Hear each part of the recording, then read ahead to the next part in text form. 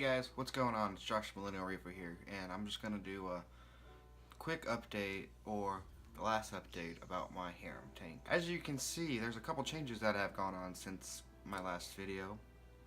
I apologize for that. I am a student, so YouTube is kind of like on the back burner right now, and this semester has been pretty crazy, so I'm sorry that I haven't been as updatable, if that's even a word, on my videos. But I promise in the future that I will be doing more videos.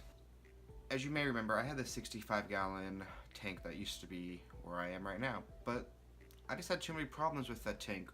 One, it was only 13 inches wide, and I eventually wanted to put a sump underneath the tank so I could handle the filtration load of the tank better, but unfortunately, with only being 13 inches wide, I couldn't fit a whole lot behind it, and quite frankly, I just didn't like the tank.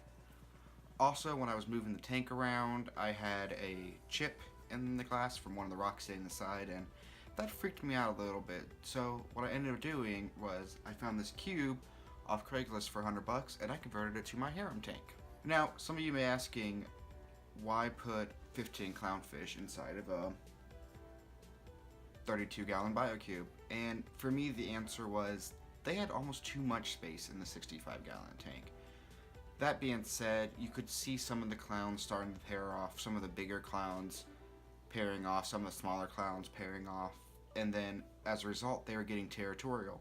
Some of the clowns, as I will show you, were almost starting to fade and lose their color due to stress in the bigger tank because they were being picked on by the stronger, bigger pairs of clownfish. So that being said, my philosophy behind putting them in the smaller tank was to keep them closer together. If they didn't have room to segregate and get their own territory, then they won't be able to do what they need to pair off.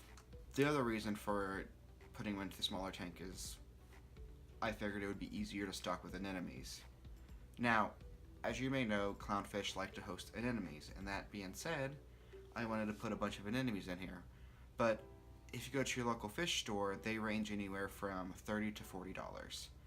And having 15 clownfish, I was running around 7 or 8, so that was going to cost me almost $300 to $400 just for the anemones. And like I said, I really don't have the time or the money to invest into this harem tank like I wanted to, so I ultimately decided that I am going to be tearing down the harem tank and getting a pair of designer clownfish.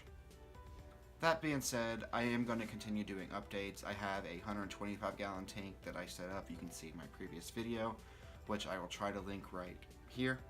Hopefully it works. If not, just find the video on my channel. I have like 6 videos so far. Yeah, so I apologize for not doing more updates on this tank like I wanted to. Like I said, I really did want to do more updates on my tank. I really enjoyed having the harem tank while I had it, and it just became too much to handle. There's 15 clownfish. I need to feed them 3 to 4 times a day, and I need to control the nutrient levels. On average, I was testing around 40 to 50 ppms of nitrates in this tank, and that's high. And if I want to keep anemones in this tank, I got to figure out to lower it, and I just don't have the time nor the money or financial resources to invest into this tank like I would want to. Now, that being said, I will make more videos. I'm going to get a pair of designer clownfish, and I have my 125 that I am going to be working through and getting everything set up and showing you guys everything about that tank and all my problems along the way. So thanks again for subscribing to my channel. Sorry I haven't been updating like I wanted to, and have a great day and keep on reefing.